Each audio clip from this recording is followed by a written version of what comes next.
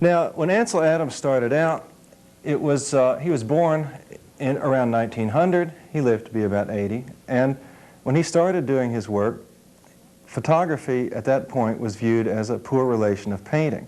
People made a great effort to make photographs look like paintings. They would make them fuzzy, they would pose people in classical clothes and with pieces of sculpture and so on. Ansel Adams brought in the new era of treating the photograph exactly like what it is, trying to get exact and precise photographs of natural objects. He was a great naturalist and is probably best known for his pictures that he took in Yosemite National Park. Here's one of his first photographs. I don't know if you can see this very well. It's called a picture of Half Dome, which is a large rock in Yosemite National Park. And it doesn't show up too well on TV, but if you do look at this book, the pictures in there are really beautiful, really fantastic photographs of nature, primarily.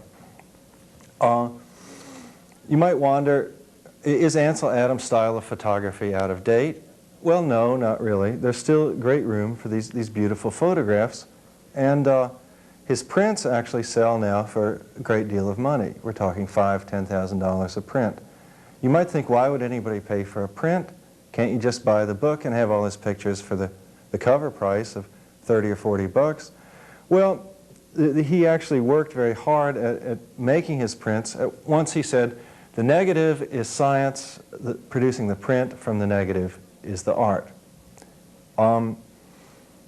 He always shot in black and white and was not too interested in shooting in color. He said an interesting thing about this, which I like because I still like to shoot my pictures in black and white, even though it's increasingly hard to get black and white developing. He said, color photography usually takes advantage of the obvious. Black and white photography fares better as its inherent abstraction takes the viewer out of the morass of manifest appearance and encourages inspection of the shapes, textures, and qualities of light characteristic of the region.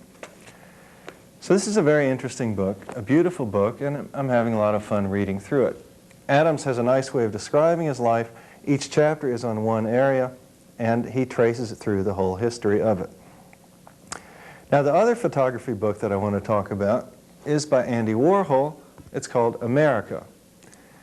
Now, probably most of us have heard of Andy Warhol. He became famous as a pop artist in the 1960s. You might say that he invented pop art. If you want to see an original Andy Warhol picture, you might take a trip to Richmond, where in the Virginia Museum they have a lovely new wing which contains a lot of pop art, a lot of contemporary art. I was just there this weekend. It made me proud of the state that we have such a good collection. And they have a nice picture by Andy Warhol, which is called Triple Elvis, 3 pictures of Elvis. Now in this book, America, Andy Warhol